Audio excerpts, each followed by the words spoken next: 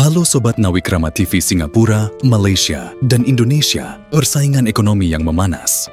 Oke, kali ini kita bakal ngobrol soal hubungan segitiga panas antara Singapura, Malaysia, dan Indonesia. Kok bisa panas ya? Soalnya Singapura kayaknya mulai panik. Indonesia makin kuat, makin mandiri, makin nggak butuh Singapura.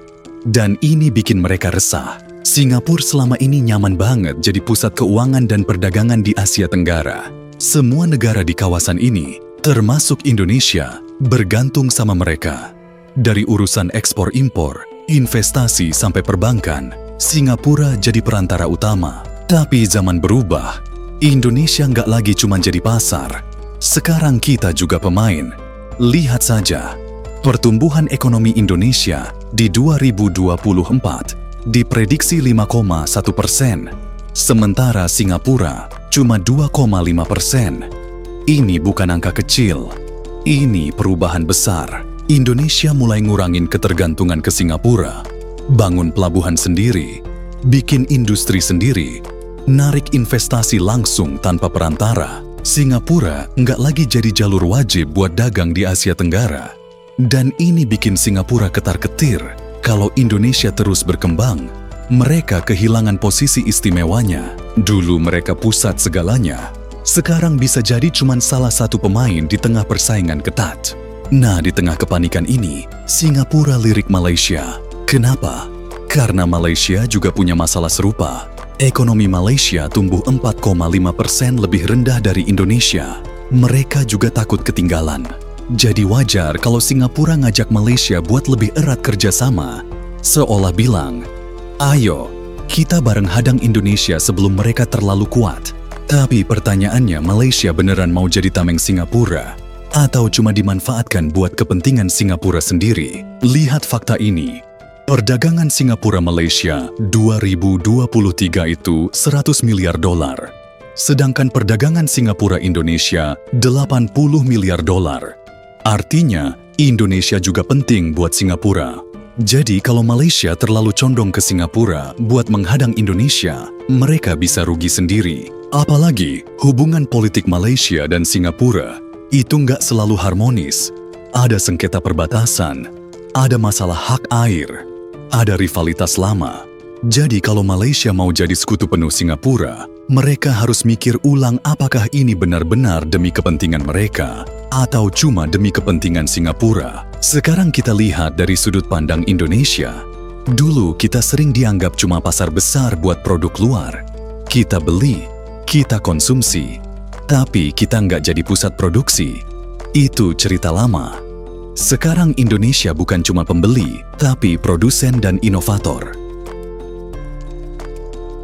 Pelabuhan Patimban di Jawa Barat mulai bersaing sama pelabuhan Singapura. Dulu ekspor kita harus lewat Singapura, sekarang nggak perlu. Industri teknologi dan digital berkembang pesat. Startup Indonesia makin banyak yang jadi unicorn dan decacorn. Energi terbarukan mulai digarap serius. Indonesia punya panas bumi, tenaga surya, dan sumber daya alam melimpah. Ini keunggulan besar dibanding Singapura yang bergantung ke luar negeri buat energi.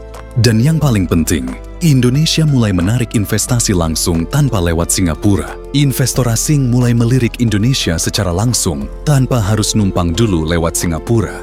Ini pukulan telak buat mereka. Singapura nggak tinggal diam. Mereka cari cara lain buat tetap relevan. Salah satunya, ngajak Vietnam dan Thailand buat kerja sama dagang. Mereka berharap bisa bikin jaringan perdagangan baru buat menyaingi Indonesia. Tapi Vietnam dan Thailand juga nggak bodoh. Mereka lihat Indonesia punya pasar yang jauh lebih besar dan pertumbuhan ekonomi yang lebih stabil. Jadi apakah mereka bakal lebih milih Singapura daripada Indonesia? Belum tentu. Selain itu, Singapura juga mulai fokus ke teknologi hijau dan energi terbarukan. Mereka mau saingan di bidang yang sama dengan Indonesia. Tapi masalahnya Indonesia punya sumber daya alam asli, Singapura enggak. Ini ibarat orang yang mau buka restoran, tapi nggak punya bahan baku sendiri. Bisa berhasil? Mungkin, tapi susah. Sekarang apa yang bisa kita pelajari dari semua ini? Indonesia harus tetap fokus membangun kemandirian ekonomi. Kita nggak boleh lagi jadi negara yang cuma bergantung sama Singapura atau negara lain. Kita harus jadi pusat ekonomi yang berdiri sendiri. Singapura dan Malaysia boleh bersaing, tapi kita nggak boleh takut. Justru ini kesempatan buat kita buat makin maju. Indonesia harus cerdas dalam diplomasi. Jangan terjebak dalam permainan politik negara lain. Kita harus tetap menjaga hubungan baik dengan semua pihak, tapi tetap berpihak pada kepentingan nasional kita sendiri. Singapura dan Malaysia mungkin bisa bersatu buat menghadang Indonesia. Tapi Indonesia yang kuat, mandiri dan inovatif, nggak perlu takut. Justru kita harus maju terus sampai mereka yang akhirnya sadar bahwa masa depan Asia Tenggara ada di tangan kita. Jadi menurut kalian siapa yang bakal menang dalam persaingan ini? Singapura dan Malaysia yang panik atau Indonesia yang terus maju? Oke, kita lanjut. Kita sudah bahas bagaimana Singapura mulai panik, Malaysia masih bingung, dan Indonesia mulai berdiri tegak sebagai kekuatan ekonomi baru di Asia Tenggara. Tapi ini belum selesai. Pertanyaannya sekarang, apa langkah Indonesia selanjutnya? Apakah kita siap menghadapi manuver Singapura dan Malaysia di dunia international politik ekonomi? Itu bukan sekadar soal angka, tapi juga soal kepentingan dan strategi jangka panjang. Singapura bisa saja tampil dengan wajah manis di depan Indonesia, tapi di belakang layar mereka terus mencari cara untuk tetap unggul. Misalnya, mereka menggandeng Vietnam dan Thailand untuk membuat blok ekonomi yang lebih erat. Apakah ini sekadar kerja sama biasa, atau ada niat untuk membendung dominasi Indonesia? Jangan lupa, Vietnam juga punya ambisi besar sebagai pusat manufaktur Asia. Mereka bisa jadi sekutu yang lebih nyaman bagi Singapura daripada Indonesia. Jadi, Indonesia nggak boleh terlena.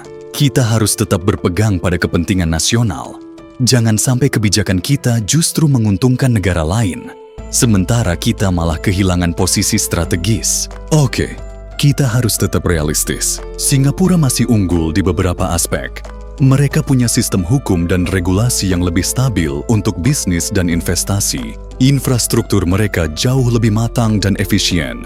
Pendidikan dan inovasi teknologi mereka lebih maju. Tapi Indonesia punya sesuatu yang nggak bisa mereka lawan. Skala dan sumber daya. Pasar domestik kita besar banget. 270 juta penduduk adalah daya tarik luar biasa buat investor. Sumber daya alam kita melimpah. Singapura nggak bisa bikin energi terbarukan tanpa impor. Kita bisa. Kita punya ruang untuk berkembang. Mereka sudah di titik jenuh. Kita masih punya banyak potensi. Dan yang paling penting, Indonesia sedang menuju titik balik ekonomi. Kalau kita main strategi yang benar, dalam 10 hingga 20 tahun ke depan, kita bisa menggeser Singapura sebagai pusat ekonomi utama di Asia Tenggara. Malaysia sebenarnya berada di posisi yang sulit. Mereka punya hubungan ekonomi yang erat dengan Singapura. Tapi di saat yang sama, mereka juga sadar bahwa Indonesia sedang naik daun. Di pelataran depan, Malaysia bisa memilih 2 jalur, tetap jadi adik kecil Singapura dan bergantung pada kerjasama yang kadang menguntungkan, kadang tidak. Mulai mendekati Indonesia dan ikut dalam gelombang pertumbuhan ekonomi terbesar di Asia Tenggara. Kalau Malaysia terlalu bergantung ke Singapura, mereka bakal susah berkembang. Tapi kalau mereka mulai melihat Indonesia sebagai mitra utama, mereka bisa ikut tumbuh bersama. Jadi bagaimana seharusnya langkah kita ke depan? Apakah kita harus membentuk aliansi baru atau tetap fokus membangun kemandirian? Menurut saya Indonesia harus jalan di 2 jalur, sekaligus jaga hubungan diplomatis yang baik. Tapi tetap pegang kendali. Jangan mudah terjebak dalam strategi ekonomi negara lain. Pastikan setiap kerjasama benar-benar menguntungkan kita, bukan hanya menguntungkan mereka. Bangun kekuatan ekonomi dalam negeri. Percepat pembangunan infrastruktur seperti pelabuhan dan konektivitas logistik. Dukung industri teknologi dan energi terbarukan, supaya kita nggak perlu bergantung ke Singapura. Perkuat perbankan dan sistem keuangan sendiri, supaya investasi nggak harus lewat Singapura dulu. Perluas jaringan ekonomi di luar Singapura dan Malaysia. Mulai kerja sama lebih erat dengan India, Timur Tengah dan Cina. Jalin aliansi baru dengan Afrika dan Amerika Latin. Pasar yang sering diabaikan tapi punya potensi besar. Jembengkan peran di ASEAN sebagai pemimpin, bukan sekedar peserta. Kalau kita bicara visi Indonesia 2045, Kita pengen jadi negara maju, ekonomi terbesar keempat di dunia, dan pusat kekuatan Asia Tenggara. Tapi ini bukan cuma mimpi, ini tantangan. Saat ini Singapura dan Malaysia sedang mencari cara untuk tetap relevan. Mereka melihat Indonesia sebagai ancaman, bukan sekadar tetangga biasa. Mereka sadar kalau Indonesia bangkit, mereka harus mencari cara baru untuk bertahan. Jadi tugas kita sekarang adalah memastikan kebangkitan ini nggak berhenti di tengah jalan. Kita harus terus bergerak maju, membangun ekonomi yang kuat, dan memastikan bahwa Indonesia nggak lagi cuma jadi penonton, tapi pemain utama di Asia dan dunia. Sekarang saya balik ke kalian. Apakah kita siap jadi pusat ekonomi Asia Tenggara? Atau kita bakal terus jadi target strategi negara lain? Oke, kita sudah bicara soal bagaimana Singapura dan Malaysia panik. Bagaimana mereka berusaha mengerem laju pertumbuhan Indonesia. Dan bagaimana kita harus cerdas dalam strategi ekonomi dan diplomasi. Tapi ini belum selesai. Sekarang kita masuk ke pertanyaan terbesar. Apakah Indonesia benar-benar bisa jadi pemimpin Asia Tenggara di 2045? Atau kita bakal terus jadi target kepentingan ekonomi negara lain? Jawabannya tergantung pada kita sendiri. Kita harus lihat kenyataan. Singapura dan Malaysia itu bukan musuh. Tapi, mereka juga bukan sekutu yang bisa kita percayai 100%. Dalam dunia ekonomi dan politik, setiap negara hanya peduli pada kepentingannya sendiri. Singapura mungkin tersenyum di depan, tapi di belakang mereka mulai menggalang aliansi baru dengan Vietnam dan Thailand. Mereka mencari cara untuk tetap relevan, bahkan jika itu berarti menjegal Indonesia, Malaysia. Mereka masih ragu. Mereka tahu Indonesia adalah masa depan, tapi mereka juga nggak mau kehilangan hubungan istimewa dengan Singapura. Jadi kita nggak bisa berharap mereka akan otomatis berpihak ke kita. Apa artinya ini buat Indonesia? Jangan gampang percaya, diplomasi itu perlu. Tapi jangan sampai kita jadi korban strategi ekonomi mereka. Jangan tergantung. Kalau kita terus pakai pelabuhan Singapura, Bank Singapura, investasi Singapura, ya jelas kita bakal dikontrol sama mereka. Kita harus bikin aturan main sendiri. Jangan biarkan mereka yang menentukan masa depan ekonomi Asia Tenggara. Karena yang punya pasar terbesar dan sumber daya terbanyak adalah Indonesia. Sekarang apa langkah kita? Kita nggak bisa cuma berharap, kita harus bergerak. Pertama, bangun infrastruktur yang memotong ketergantungan ke Singapura. Pelabuhan Patimban harus segera diperluas. Kita harus pastikan ekspor bisa langsung ke pasar global tanpa lewat Singapura. Bandara internasional harus lebih banyak, jadi hak penerbangan sendiri, bukan transit ke Changi dulu. Konektivitas dalam negeri harus lebih kuat, supaya barang nggak harus lewat jalur yang dikontrol negara lain. Kedua, kuatkan sektor finansial sendiri. Singapura jadi pusat keuangan Asia Tenggara, bukan karena mereka lebih kaya, tapi karena mereka pintar memanfaatkan uang negara lain. Indonesia harus memperkuat sistem keuangan sendiri, supaya investor nggak perlu lewat Singapura dulu kalau mau masuk ke sini. Kalau kita terus pakai Singapura sebagai perantara keuangan, selamanya kita bakal dikontrol mereka. Ketiga, fokus ke teknologi dan industri strategis. Jangan mau jadi negara yang cuma jual bahan mentah. Kita harus bikin produk sendiri, teknologi sendiri, industri sendiri, mobil listrik, baterai, semikonduktor. Indonesia harus jadi pusat, bukan cuma pasar. Selama ini ASEAN lebih sering diatur oleh Singapura, padahal yang paling besar adalah Indonesia. Kenapa kita selalu jadi follower? Sudah waktunya kita jadi pemimpin. Caranya jangan biarkan Singapura dan Malaysia menentukan arah ekonomi ASEAN tanpa kita buat blok perdagangan yang menguntungkan Indonesia. Bukan cuma menguntungkan negara lain. Dekati negara-negara ASEAN lain seperti Filipina, Vietnam, dan Thailand untuk kerja sama yang lebih seimbang. Kita harus jadi pusat gravitasi ekonomi Asia Tenggara, bukan cuma bagian dari strategi negara lain. Sekarang Singapura mulai melirik Vietnam dan Thailand buat bikin blok perdagangan baru. Kenapa? Karena mereka tahu kalau Indonesia mandiri, Singapura bakal kehilangan posisi strategisnya. Mereka butuh negara lain buat tetap relevan. Tapi apakah Vietnam dan Thailand benar-benar bakal ikut mereka? Belum tentu. Karena mereka juga melihat bahwa Indonesia adalah pasar terbesar di ASEAN.